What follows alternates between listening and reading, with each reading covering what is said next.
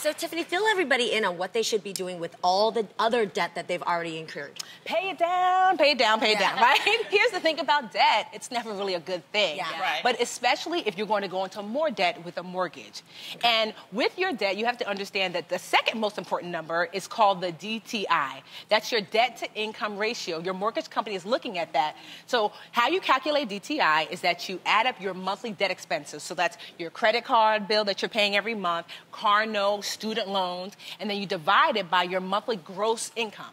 And your gross income is the money that you make before taxes and deductions. Okay. And so right now, when you add that up, when you add up the debt, add up what you make, then you divide them together, right? And then you multiply it by 100 and you're going to get a percentage. Ideally, you don't want your percentage to be over 43% because that means 43% of your money is already going to debt.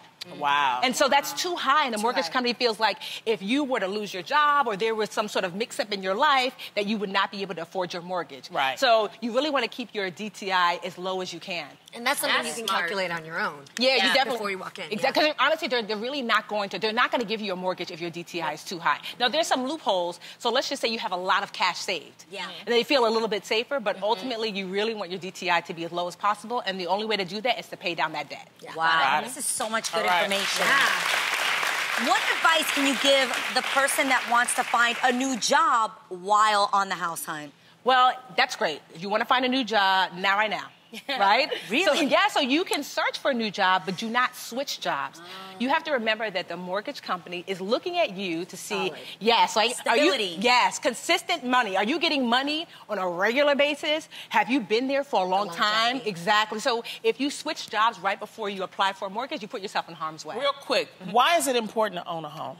Well, home ownership still, even though we've had the recession and things like that, it is still one of the fastest ways to grow wealth in this country, right? So my husband and I purchased a home. We bought a foreclosure. Congratulations. And thank you. And so we bought it. It was half off. So that home we bought for $180. It's worth $380. Yeah. And so we can great. so all of a sudden we doubled our net worth as a result. That's amazing. Well, there you have it. Tiffany, thank you so much for coming back and educating us.